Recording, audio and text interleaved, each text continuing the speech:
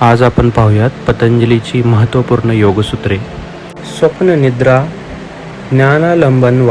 या योगसूत्राचा अर्थ असा किंवा स्वप्नावस्थेत कधीकधी जो अपूर्व ज्ञान लाभ होतो त्याचे आणि सुषुप्ती अवस्थेत जे सात्विक सुख प्राप्त होते त्याचे ध्यान केल्याने चित्त शांत होते.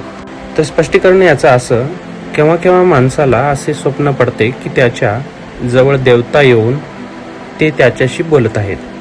तो स्वतः एक प्रकारच्या भावाविषयीत मग्न झाला आहे व वाऱ्यावर वाहत येणाऱ्या गोड स्वरलहरी त्याला ऐकू येत आहेत.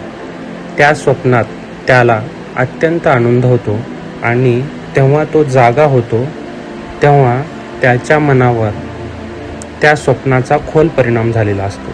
हे असे स्वप्न सत्य समजून त्याचे ध्यान करा. हेही जर तुम्ही करू शकत नसाल तर कोणत्या आवडत्या पवित्र वस्तूचे ध्यान करा. यथाभिमत ध्यानाद्वा.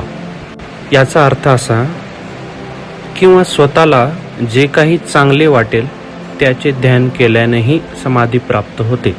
याचा अर्थ वाईट वस्तू नाही तर तुमच्या आवडीची कोणतीही चांगली वस्तू, उदाहरणार्थ तुम्हाला फार आवडणारी एखादी जागा, दृश्य किंवा विचार, जे काही तुमच्या मनाची तंद्री लावू शकते त्याचे चिंतन करा.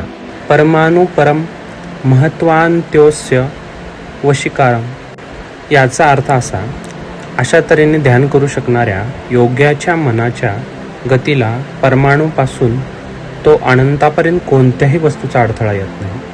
या अभ्यासाने मन लहानात लहान व मोठ्यात मोठ्या वस्तूंचे सहज मनन करू शकते.